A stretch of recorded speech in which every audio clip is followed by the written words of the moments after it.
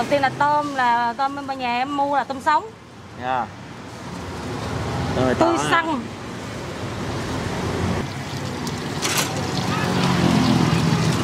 Em giờ em vừa đỏm vừa nói luôn đi cho lấy. Nếu em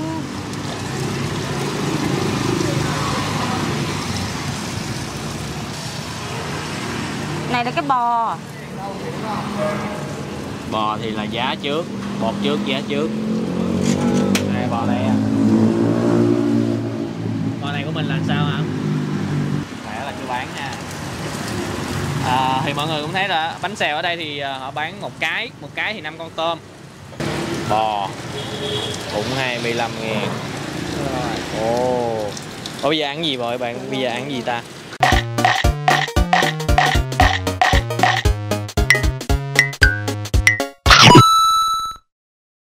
Xin chào cả nhà. Hiện tại thì Phú đang ở quốc lộ 13, bây giờ lên cầu Bình Triệu.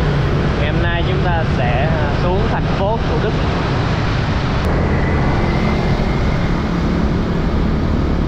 Sau khi xuống cầu chúng ta sẽ đâm thẳng qua dòng Tây luôn nha. Mình không có đi Phạm Nhân Đồng, mình đi đường quốc lộ 13. Mọi người ra thẳng ngoài, đến khi nào thấy đường Hiệp Bình bên tay phải mình quẹo vô nha. Một cái đường tên rất là ngắn gọn, đường B. Đường bờ, đường chữ bờ. Bên tay phải luôn. Rồi. Đây.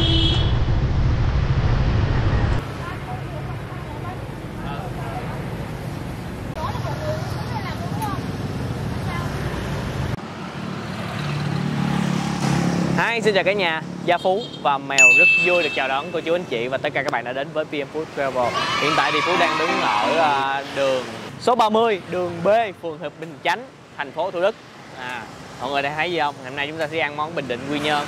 Thì món này không phải, món này cũng không phải, mà chúng ta ăn bánh xèo tôm nhảy nha mọi người. Tại buổi chiều mới bán, buổi sáng thì bán hai món này. Một lát nữa mình sẽ nói lý do tại sao mình hôm nay xuống thành phố Thủ Đức. Bây giờ chúng ta sẽ đi vào trong coi bánh xèo tôm nhảy ở đây như thế nào nha. Cái gì? Có giá búp sạch nữa nè. Like, share cũng như ấn nút subscribe nha. Cảm ơn cả nhà rất là nhiều.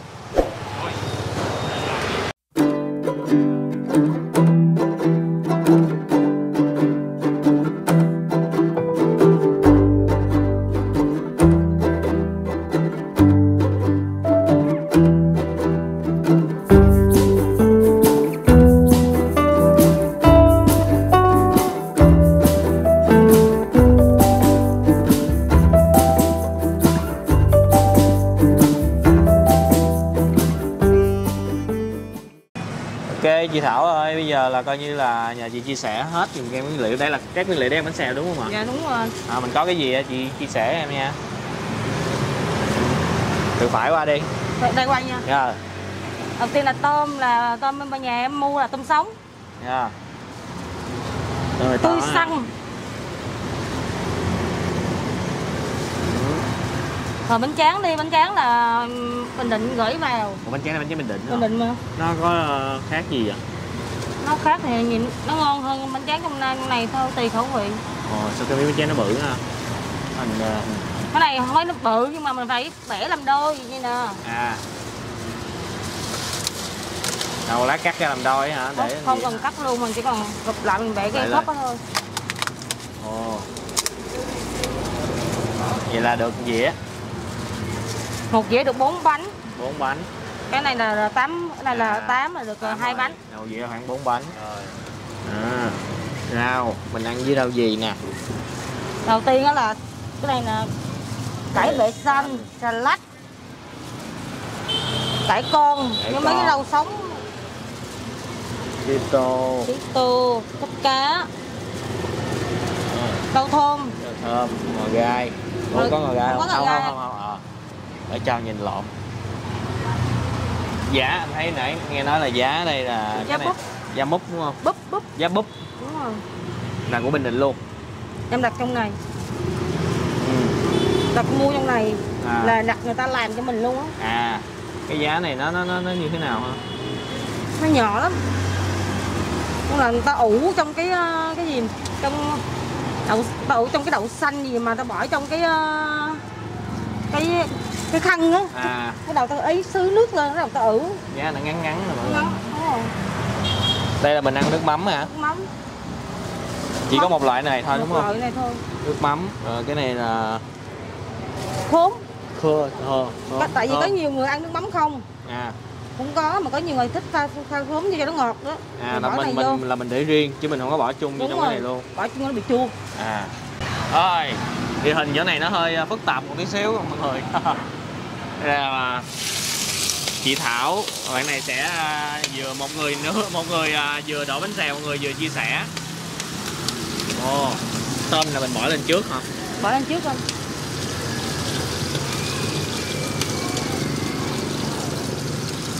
Mình đổ một lượt nhiều loại được không? Hay phải đổ từng loại vậy?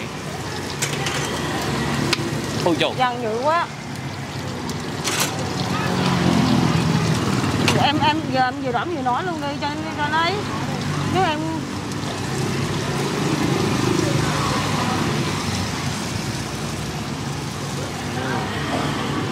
giá. Đây là cái giá búp sạch của mình nè đúng không? Một loại.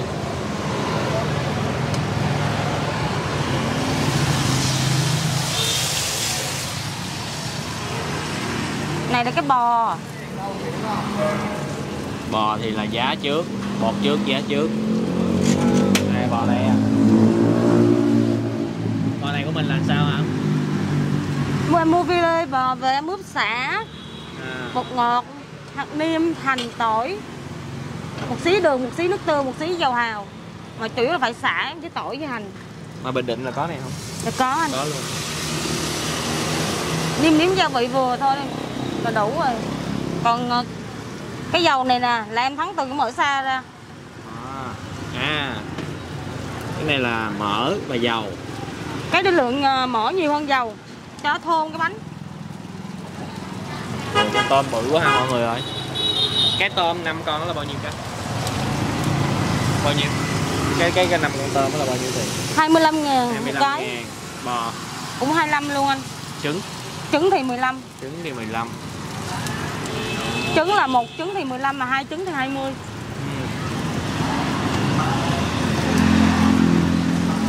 Quên nữa. Thấy là có cháo lòng, bánh hỏi, bánh canh. Không, cái đó là bán buổi sáng anh. Buổi sáng là tới mấy giờ? Từ 6 giờ sáng đến 11 giờ là hết rồi. Bánh xèo là bán buổi chiều. Buổi chiều 4 giờ là mở. 4 giờ là mở. Mình có nghỉ ngày nào không? Ngày nào bệnh thì mới nghỉ anh. Còn khỏe còn làm được hết. Khỏe là cứ bán ha. Thì mọi người cũng thấy là bánh xèo ở đây thì họ bán một cái thì 5 con tôm. Có những chỗ thì họ bán sẽ là dạng rẻ hơn thì chỉ có một con tôm nhỏ nhỏ thôi. Cái này là một cái bự luôn.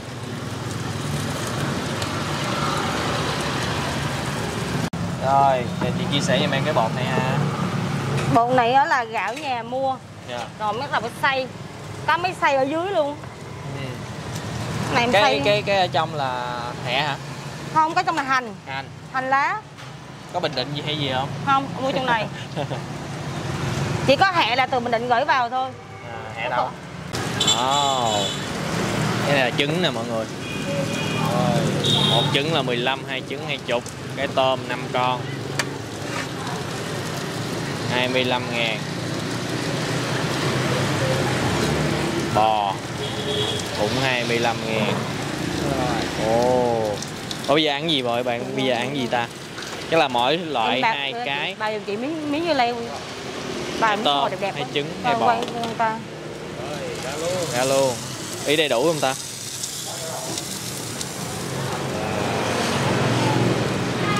Rồi, ướp đi bạn. Dạ. Rồi chọn đi bạn. Thì mỗi loại 2 cái. Ok. Tổng là 6 cái hay 7 cái? 6 cái. Đàng hoàng này cái rau ấy. Nhiều quá không? Thích đẹp để rau để cho ấy. Cho lên hình cho đẹp thôi. Cao lên cho thấy. Ok, mọi người ơi, thì lý do mà tại sao ngày hôm nay mình xuống tới thành phố Thủ Đức là tại vì bạn Mèo đi giải quyết vấn đề xe cộ. thì không thể nào lãng phí một cái ngày đó. Thì nói chung là đi theo và nhờ thổ địa của mấy bạn mấy người em của Mèo á, thì nói ở đây là quán ở đây có bánh xèo tôm nhảy, nói thì ghé qua sẵn tiện một công đôi việc quay chia sẻ cho mọi người. Nói chung là đi quay nhiều nơi thì cũng có nhiều trục trặc, thì bữa nay tới quán như là không có sự chuẩn bị trước, cũng bất ngờ khi có người quay nên hơi lộng cộng. Đã tôm là 25, bò 25 Tôm nè. đó. Trứng mà mọi người thấy ví dụ mà lỡ mà hai cái lòng đỏ là 20.000 nha. Rồi cái này 20 nè, cái này 15 nè, đúng không? Đúng rồi. Rau ăn kèm, xoài, dưa leo để con, lách, tô, mắm. Nước mắm là có thơm rồi. Nó không có thơm nữa mà để riêng. Bánh tráng Bình Định, bánh tráng thì thấy cứng lắm, cứng giòn lắm, chắc là mọi người phải làm nước chứ không thôi là không có gặp này được đâu. Rồi, Gia Phú xin mời cô chú, anh chị và tất cả các bạn chúng ta cùng thưởng thức bánh xèo tôm nhảy Bình Định. Vẫn là thử mắm. Chà, mắm này khó miêu tả quá ta. Nồng đượm đậm đà, thơm vị ớt, cái vị cay của ớt, đờm bỏ thơm vô nha. Nói chung là nếm thôi chứ mình thấy không có cái gì để thay đổi khẩu vị đâu, không có cái gì để gia giảm đâu.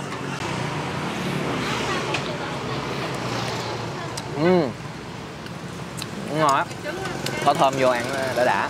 Trên bàn sẽ có những cây kéo để làm gì? Để chúng ta cắt bánh đó, ăn lần lận con.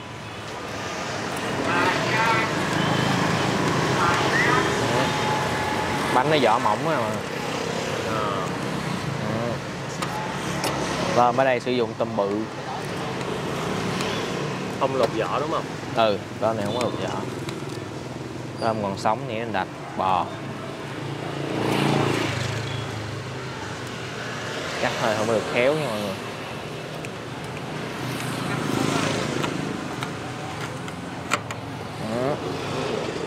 Pizza đó. Pizza Bình Định.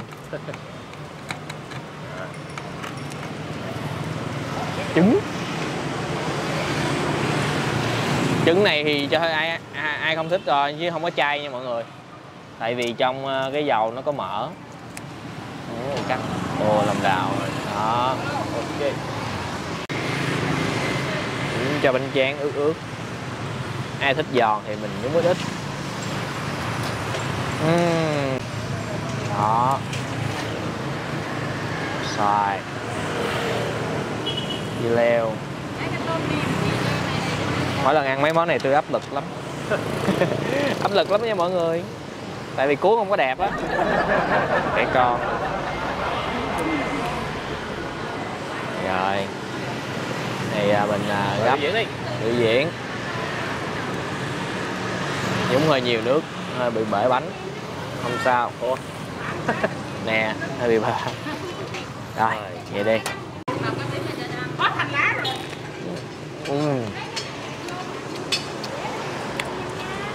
Đã lạ.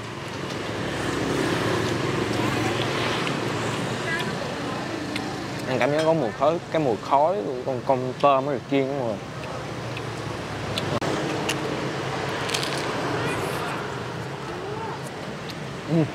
Ok, món ngon rồi. Đúng rồi. Có mấy chỗ á, mình thấy là sử dụng cái bánh tráng á để nó giòn, không có nhúng nhiều nước á, cuốn vô á, vừa cái giòn bánh tráng vừa cái giòn của cái bánh xèo, ăn nó sẽ ngon.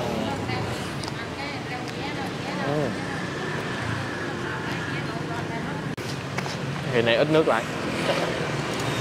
Bò. Pizza đó. Giá. Phải giá để mình ăn không chứ. Giá có vị rất là giá. Giá có vị rất là giá. Sao đó được. Ăn cái giá này á, ăn nó giòn giòn, nó ngọt, ngọt mọi người. Thêm miếng bò, miếng bò không luôn. Bò mềm, xả này ăn thơm thơm nè.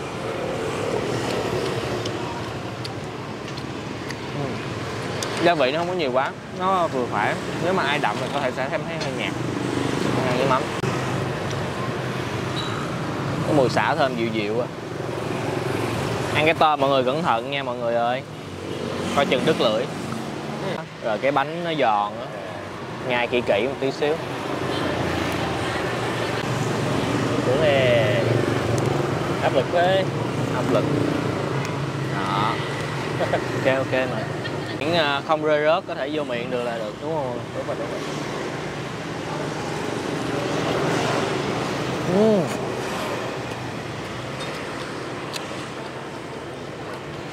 Nó giòn. Nãy Phú ăn đó Phú thấy không có bị ngấy dầu mỡ nhiều.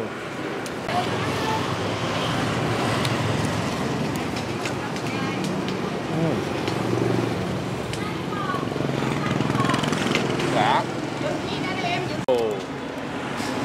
Từ nha bạn ơi. Thí sinh. Một lớp nước. Cái bánh tráng này nó mau mềm vậy mọi người. Mình nhúng có một miếng nước nhưng mà nó thấm mềm mà nó ấy. Cái này bánh không à? Cái này là coi như bánh trứng không. Vớt cái miếng này. Đó. Nguyên cái lòng đỏ. Nãy giờ mình quên bỏ cải bà xanh vô ăn cho nó the the. Leo.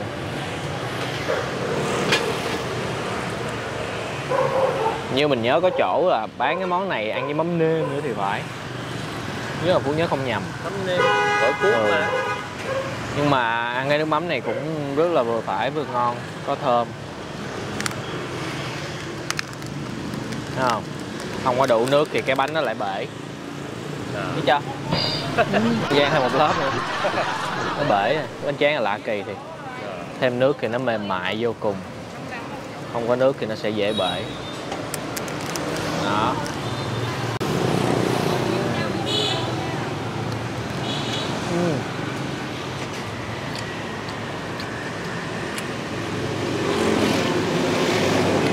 Trứng không đã bằng ha.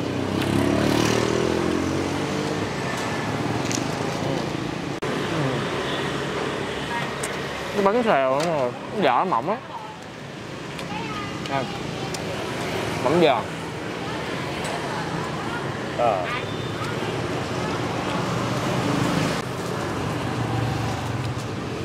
Trứng thì nó bùi bùi, nó béo béo.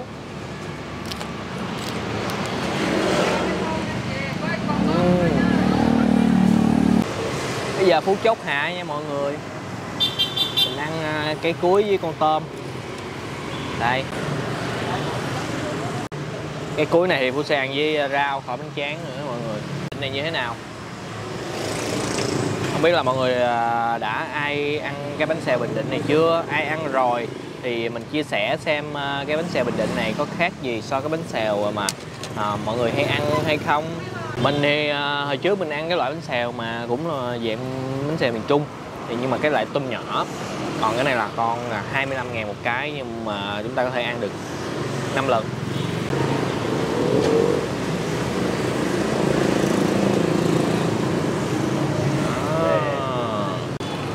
Không có bánh tráng nhìn hấp dẫn rồi.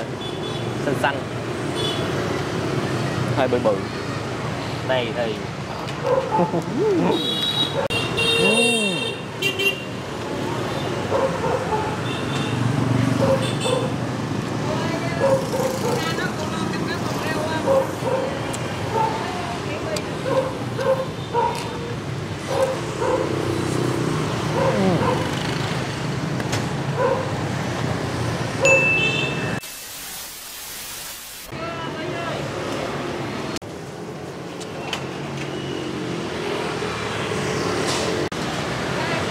ok, xong rồi cả nhà ơi. Thì như mọi người thấy mình sẽ không gian là ngồi ở trong nha mọi người. Tại nãy trong hơi tối nên Phú mượn cái bàn Phú ngồi ở ngoài để quay cho nó sáng mọi người dễ coi. Rồi đánh giá tổng thể thì Phú thấy là với cái giá tiền mà 25.000 cho một cái bánh mà 5 con tôm ăn cũng tương xứng với giá tiền. Rau đầy đủ, giá là cái loại giá không có giống thường giá chúng ta ăn. Giá này nó ngọt giòn giòn, nó ngọt ngọt. Nhưng mà có một cái nhược điểm đó, tức là theo như Phú biết đó là cái bánh xèo này sử dụng cái tôm lại nó nhỏ hơn. Thì nãy Phú có hỏi là hình như là tùy ngày lấy tôm hay sao á. Thì mọi người nếu mà ai có gần đây sau khi mà xem clip đến thưởng thức, nếu mà có gì thay đổi thì mọi người comment ở dưới cho mọi người cùng biết nha. Thì mình đánh giá thấy ăn ok, ngon miệng, tuyệt vời, không có bị ngấy dầu mỡ. Rồi, đến lúc phải lên đường trở về nhà sau một ngày vất vả. Cảm ơn mọi người đã dành thời gian xem clip từ nãy đến giờ. Đừng quên một món ăn ngon sẽ ngon hơn khi chúng ta thưởng thức cùng người thân, bạn bè và chia sẻ nó với tất cả mọi người. Xin chào và hẹn gặp lại cả nhà ở những clip hấp dẫn kế tiếp.